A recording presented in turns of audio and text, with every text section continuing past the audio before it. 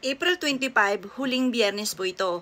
Mainam mga bossing ko ay magawa nyo po itong dalawang sangkap na ito. Kung hindi nyo pa ito nagagawa, nako mga bossing ko ay perpektong sangkap po ito upang sa ganon, higit ka na maka-attract ng swerte. Ito po mga bossing ko ang ating star anise. Ang star anise, yung aroma po niyan, mabango po yan, nagtatawag po yan ng good fairies. Ito po mga bossing ko, kung maraming mga kamalasan sa inyong tahanan, or parang feeling ninyo, paborito ka ng kamalasan na parang kahit anong gawing kayod ay sa wala-tula, lagi kang walang pera, huwag kang magpapawala ng star anise. Maglagay ka lamang ng isang mangkuka nito sa may salas po ninyo at ang dulot nito ay swerte.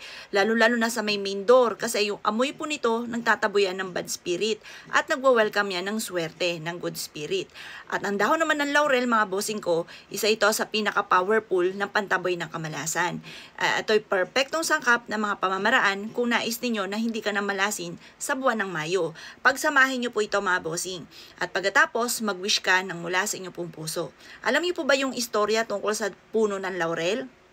Nung unang panahon daw po, may kagubatan na nandoon lahat-lahat, ang iba't ibang klase ng mga pampaswerte, nandoon lahat ng puno.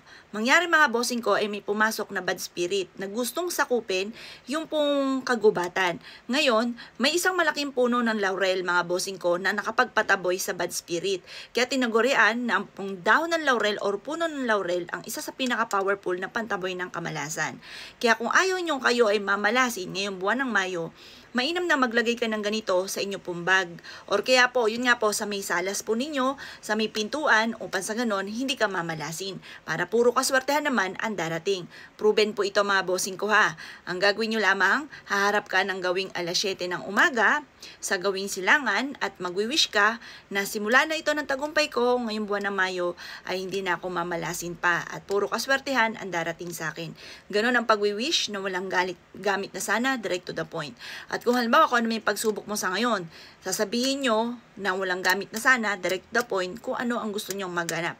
Halimbawa, pagsubok nyo ngayon, lubog ka sa utang ngayong April. Ngayong darating na Mayo, hindi na ako muli mangungutang pa. Or kung mangungutang ako, ay magkakaroon kaagad ako ng mga pambayad. Hanggang sa uli, hindi na ako muli mangungutang pa at maraming pera ang darating sa akin.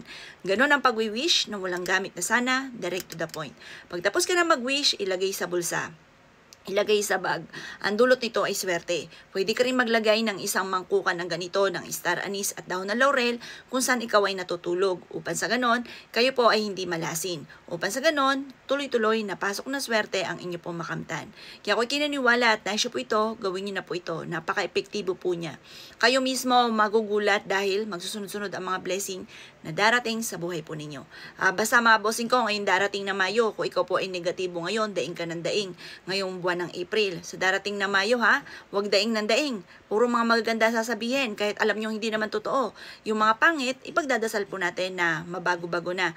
Tapos yung swerte, lagi nating sasabihin na marami na akong pera, makakabayad na ako sa aking utang, gagaling na ako sa aking karamdaman at lalayuan na ako ng mga toxic sa buhay ko. Ganon mga bossing. O siya mga boss ha, good luck pa sa inyo po lahat.